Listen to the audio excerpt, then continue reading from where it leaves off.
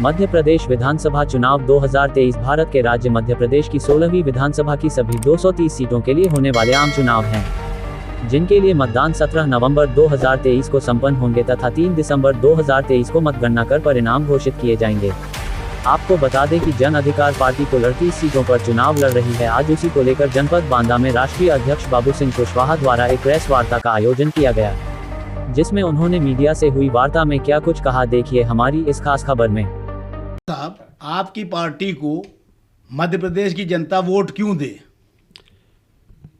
हमारी पार्टी को मध्य प्रदेश की जनता इसलिए वोट देगी कि हम उनके बच्चों की शिक्षा की बात करते हैं, रोज़गार की बात करते हैं, किसानों को खाद बीज सस्ती मिले, उसके कर्जे माफ़ हों, उसकी फसल की सही कीमत मिले, हमारे बच्चों के साथ अन्याय न हो।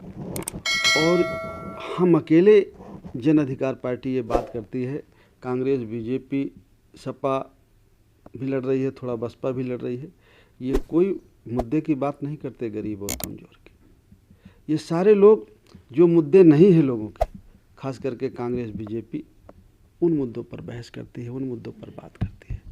कहते हैं कि भाई, मैं अभी एक दिन भाषण सुन रहा था, कोई कह रहा था ग्वालियर में कि भाई सिंधिया जी चले गए।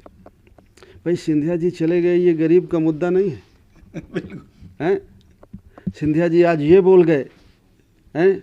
नरेंद्र तोमर साहब ये बोल गए, ये घोटाला हो गया। अरे भाई, आज तो आप ये बात कर लो, उनके रोज़गार देने की बात कर लो, बच्चों की शिक्षा की बात कर लो। जो संविधान हमें अधिकार देता है, जिस संविधान के तहत आप इलेक्शन लड़ रहे हैं और सरकार बनाते हैं, उस संविधान को गरीब के लिए नहीं मानते। गरीब को 5 किलो अनाज देते हैं और जीतने के बाद अपने बच्चे को सिविल सर्विसेज में भेजते हैं, डॉक्टर इंजीनियर बनाते हैं। गरीब को 5 किलो अनाज और कॉलोनी देते हैं, अपने बच्चे को बड़े बड़े ठेके पट्टे देते हैं। चुनाव आयोग क्या ईमानदार नहीं रहा? करोड़ों रुपए, अरबों रुपए खर्च हो गए। चुनाव आयोग बेचारा ईमानदार रहना भी चाहे तो रह नहीं सकता, रहना भी चाहे तो रह नहीं सकता। अंतर्गता है तो राजा के ही अंडर में। ये कहने को है, हम लोग कहते हैं कि इलेक्शन कमीशन इंडिपेंडेंट है, सारी संस्थाएं इंडिपेंडेंट हैं, जो बहुत सारी चीज़ें सीबीआई, ईडी और सब चीज़ें कहते हैं। माननीय न्यायालय कहता है कि ये तो भाई, राजा से बाहर कौन जाएगा, सरकार से बाहर कौन जाएगा?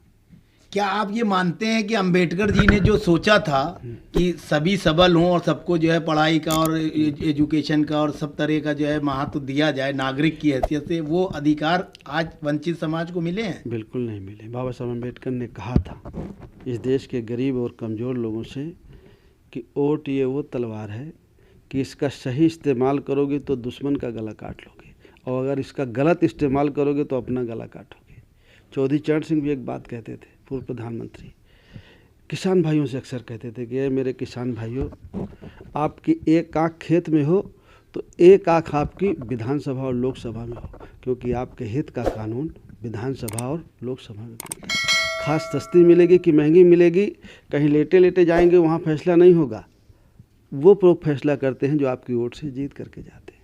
इसीलिए वो कहते थे कि आपकी अगर एक आँख खेत में हो तो दूसरी आँख विधानसभा और लोकसभा में हो।